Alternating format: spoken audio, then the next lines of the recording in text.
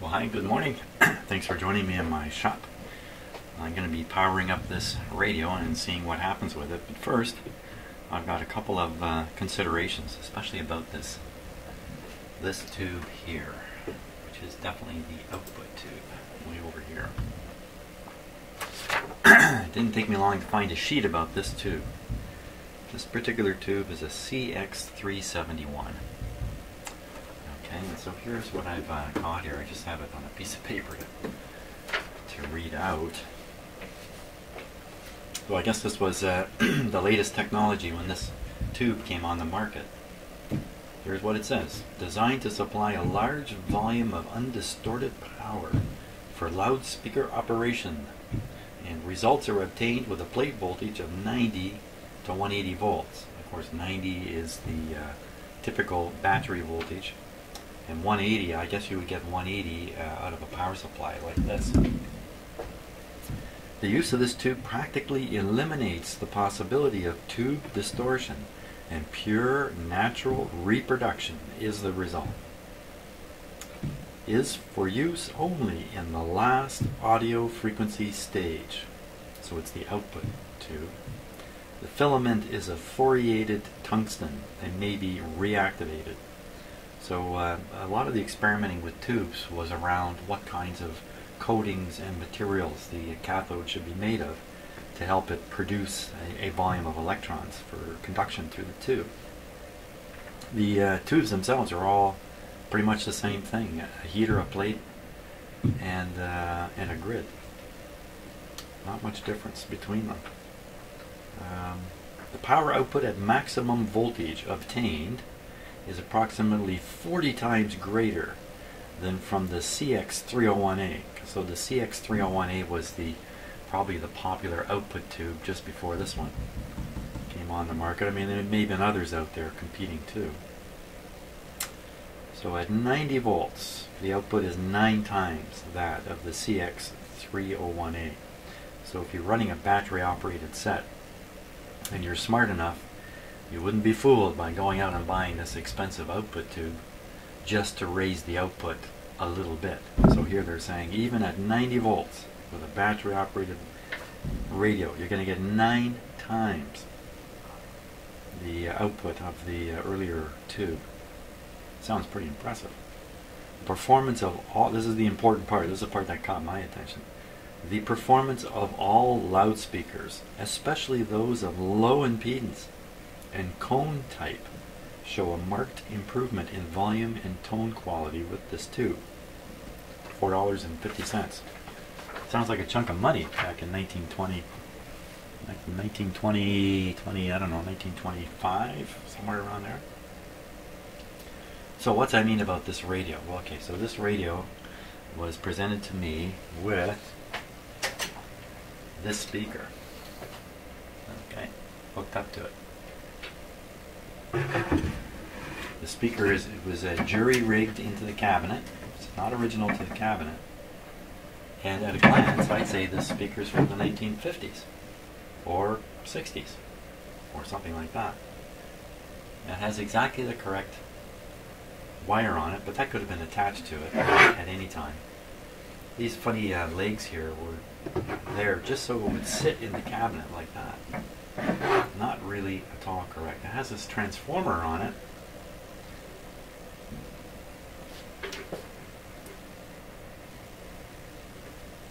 It's got 2 leads cut on this transformer, and the transformer is definitely being used. The transformer's loosely attached here. It's going to fall off. So this is definitely a jury rig deal here. So apparently the radio worked with this speaker. But this speaker is probably an 8-ohm voice coil speaker. Through this transformer, I'm not sure now. I really didn't notice the transformer before, because I didn't pay much attention to the speaker, because I looked at it and thought, this ain't right. The owner of the radio has managed to purchase the appropriate speaker. Now I do have and I don't have the appropriate speaker here. The one that would have come with the radio when the radio was new. Now I have this speaker. This is not mine. I borrowed this from my buddy Scott. Here it is here. And this bass, I believe, is completely original. It's a real McCoy, but this cone is a remanufactured thing. It's made out of, I don't know what, plastic of some sort, some kind of resin. I don't think this is original. No, I could be wrong, you know. So anyway, this is where the actual sound is produced, down in here. This is a 600 ohm speaker. I have a 600 ohm speaker here, and I've got a, I don't know what ohm speaker over here that's actually run with the radio. With this tube in place, even though I'm pretty sure the tube is shot, which speaker should I start with? I think I'll start with the one that was connected to the radio, the one I'm pretty sure the fellow who purchased this radio heard it operating. That would be with this other speaker. Now that I see it has a transformer, so I really don't know what is going on. We're going to do this here.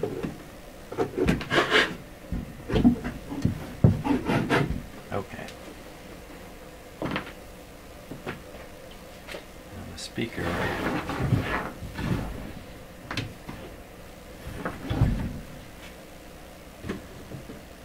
Speaker has some terminals here in the back that it connects to, right here.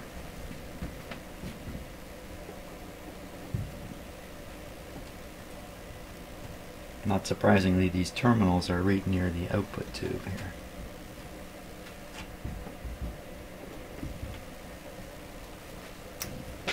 Now, I did have a little bit of concern.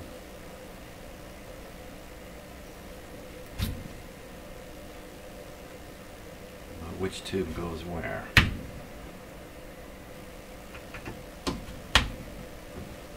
I think that's quite correct, the way it is.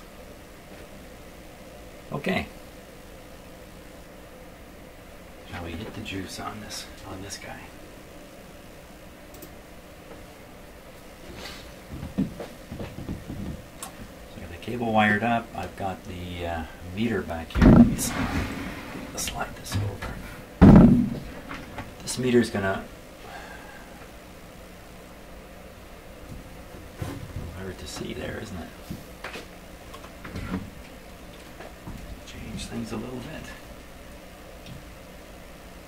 Okay, so this meter is going to show B plus coming out of the power supply. It's on the 500 volt scale. When I tested this open circuit without the radio connected to it, I got 450 volts out of this. It says 195 on it, so I'm expecting with the radio on the power supply, the output is going to drop down to around that 200 volt mark. So I would expect this to be somewhere in here. If it's still way up here, gee, that's pretty high voltage sticking into one of these radios. If it stays way up there, I'm going to shut it off and ponder. If it comes up around the 200 mark, I'll be comfortable with it. Let's see, on-off switch is right here. And the rheostat, which normally in a radio like this, the rheostat is controlling the current flow to some of the heaters in the tubes. Sometimes all of them, sometimes just a few of them. And by varying the temperature of the filament, you can control the current flow through the tube and affect things like volume, the loudness of the radio. The last thing is, and I just about forgot this, I do not have an external antenna in my shop yet. I have no antenna here to connect to, so we're going to have to rely on the signal generator as the source. I'd rather not do, but I'm going to have to, so we're going to use this guy. I'm going to have to find some cables here. Uh-oh. Uh-oh. Got more stuff to set up here. Let me get at that. Okay, so I think we're ready to, well, let's see.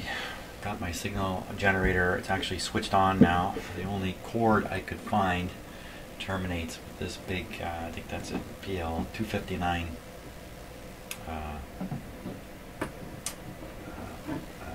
plug. So I'm going to have to use a wire from there, which is no problem. And first thing I want to do is verify that my signal generator is actually working. So I'm going to put on the radio here.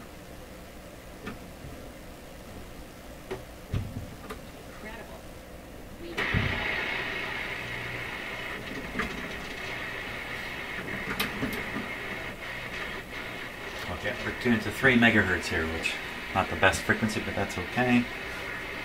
Hopefully this will generate 3 megahertz. We'll hear it come out of the speaker there. Remember how to operate everything. 3, I don't have a signal generator on here. Okay, so we'll have to use the scale.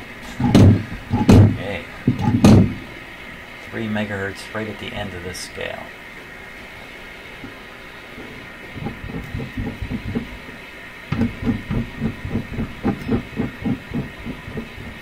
Right in this area here.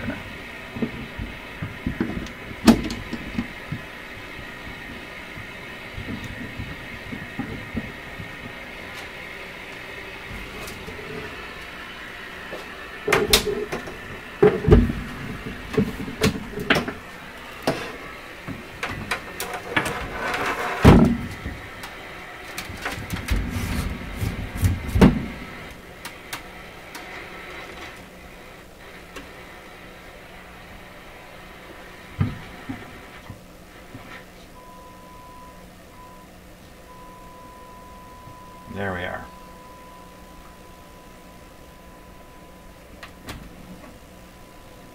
Okay, so that's working. That's good. Just want to be sure. Of course, this radio is not going to pick up 3 megahertz. So we're going to dial this down around. I've almost never used the actual scale on this signal generator here.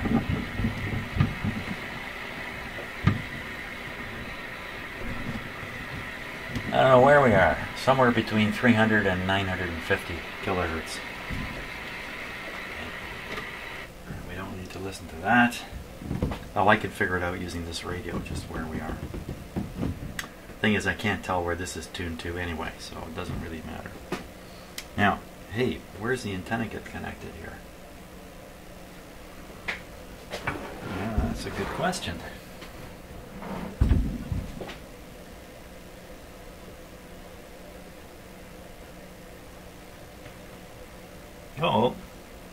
Oh, here we are. More terminals. Must be an antenna. Let's see if I can just quickly get you a look here.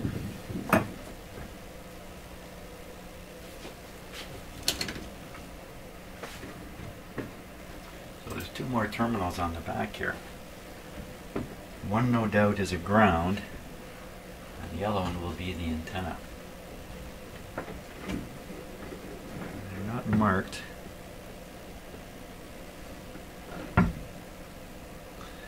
No, they're not ground and antenna. They are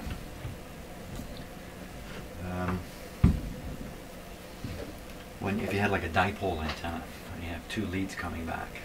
Where's the camera here? There we are. 2 leads coming back. So go on here, it looks like they just go straight to this coil.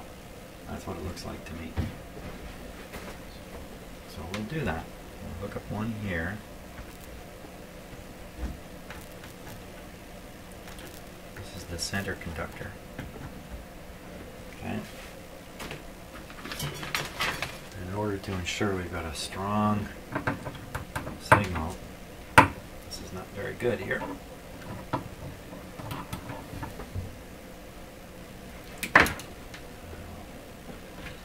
Attempt to connect this like this. This is not very good. Good enough, though.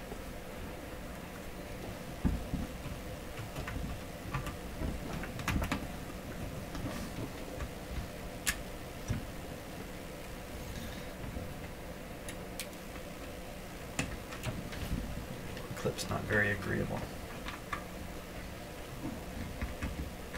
It's made for a wire, of course, or a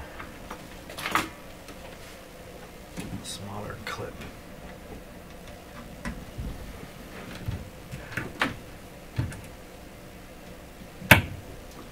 Okie dokie. And the actual output of this is pretty high. Hertz, 30% modulation.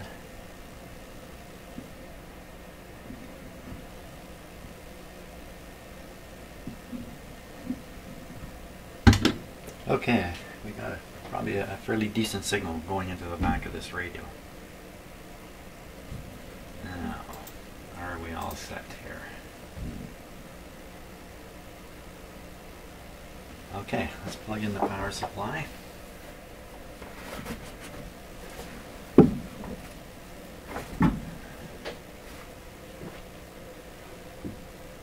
going to figure out what to plug it into. Here we are. Okay, now let's just go over things before we hit the power. So this is the line voltage coming into my house. I've calibrated this meter better. It was a little high there before. It's now reading 121.5 volts. This will be the voltage that's applied to the power supply. Should be the same as this if I turn on full power, but I'll have a light bulb in the circuit here, up here. Just get it in view.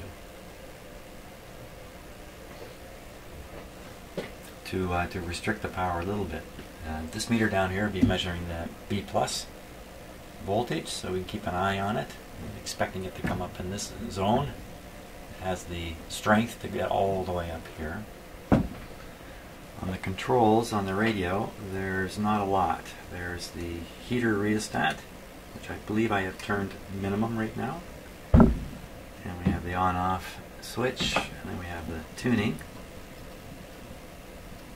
And an adjustment here.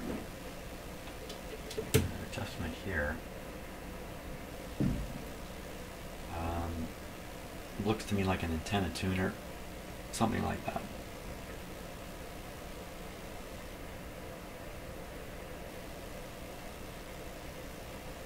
Okay, I can't see any reason not to continue at this point.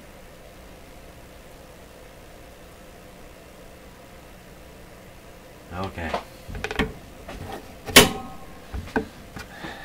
So I'm gonna keep my eye on the light bulb up here. Here, you might as well watch this because that's where the excitement's going to be at first, in the light bulb. Yeah. So expect this to come on fairly bright and dull down. Here we go. There goes the meter. Right around the 200 mark. Interesting. 150. I'm watching the radio.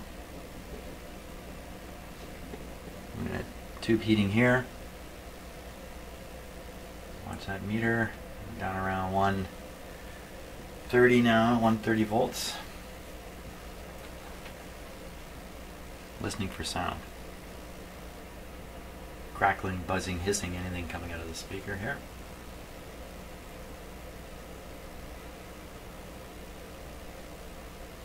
Nothing at all. So I'll leave the rheostat where it's set. It's set low. And fiddle with these other controls.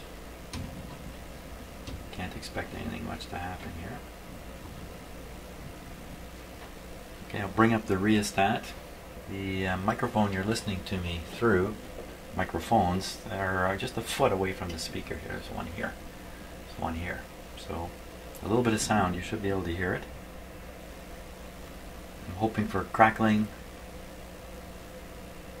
anything, and I'm watching these. I'm gonna kill the main light here.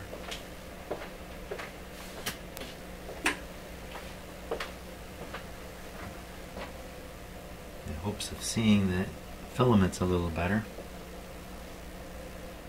Okay. I don't see any heat in these tubes, so we're turning up the filament. We think. I think. Okay, so I heard the sound of something, you know, that little dink sound when things heat up. I don't see any evidence of tube heating here. Oh my gosh, I got this turned up all the way already. You see no heat here, here, here, here. Just here.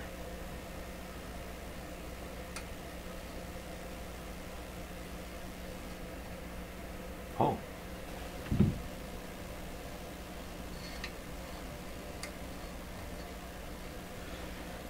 Of course, if the output tube is heating.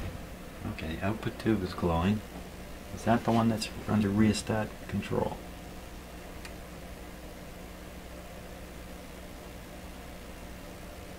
Does not seem to be under control of the rheostat.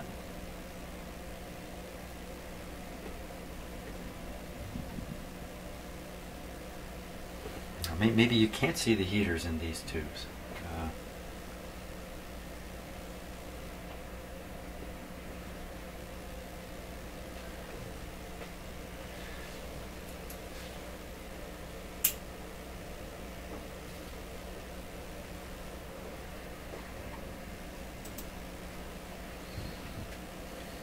Okay, so with this camera, you can see the glow way down here.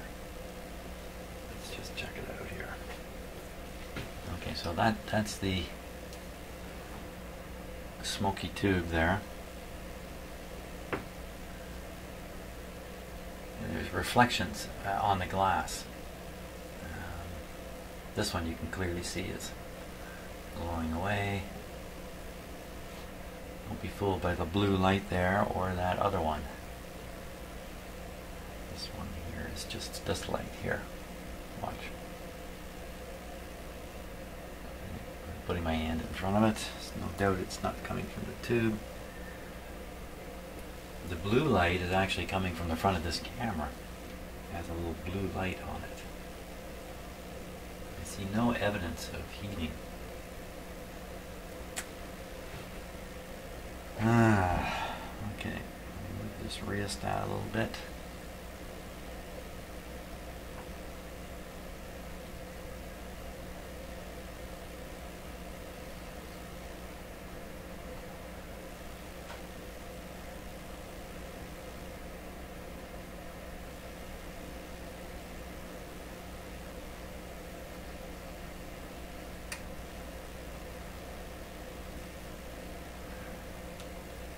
Pretty convincing that there's, you have no idea what I'm shooting this camera at, but I'm just looking right inside the tube. It's a little out of focus for any hint of glow. No glow. The radio is no glow.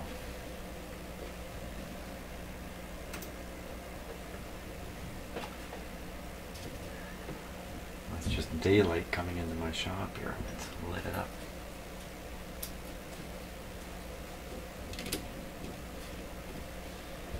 Okay, nothing bad happening with the, oh. I got right in front of my camera there, didn't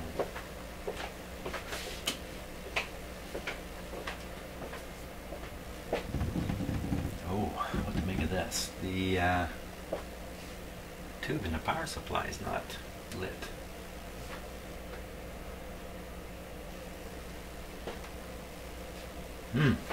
Okay, wait a minute. Okay, so somehow I'm reading 100 and something volts here, 130 volts DC.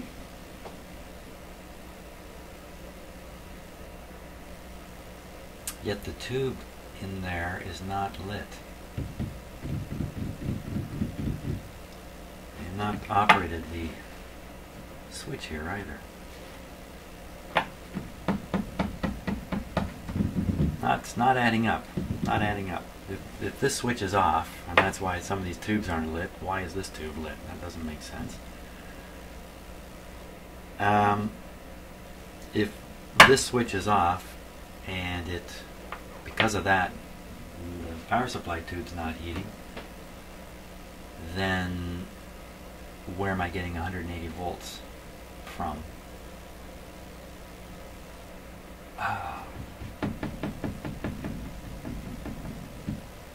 What has happened?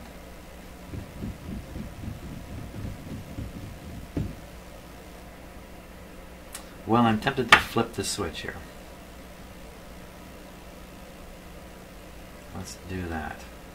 Like I'm so chicken, I'm gonna cut the power, flip the switch, put the power back on.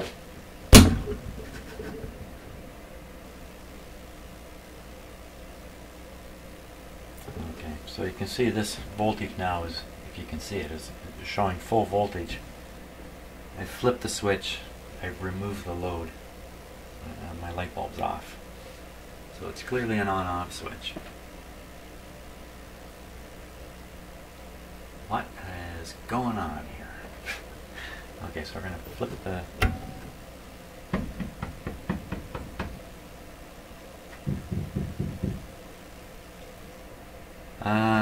we'll flip the switch, we'll turn on the power, and we'll let this go a bit, and double check to see if it's heating, because I'm getting some very bad feelings at this point over what is happening. Take a good close look at this tube.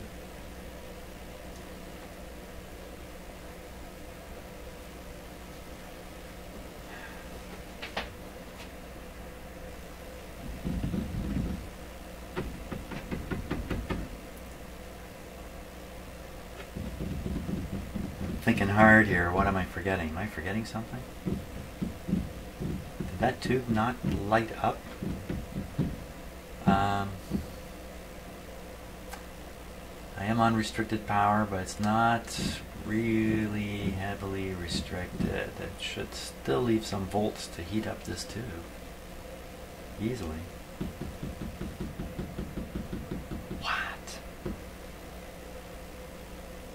Okay, I'm stumpered for a minute. I'm gonna have to. I'm gonna check my video where I checked out this power supply and just see about this tube heating up before I go any further here. So power off, power off. Boy, I thought we'd be hearing this thing, or at least hearing as much of it as we can up to that smoky tube. Okay, let me check a few things here.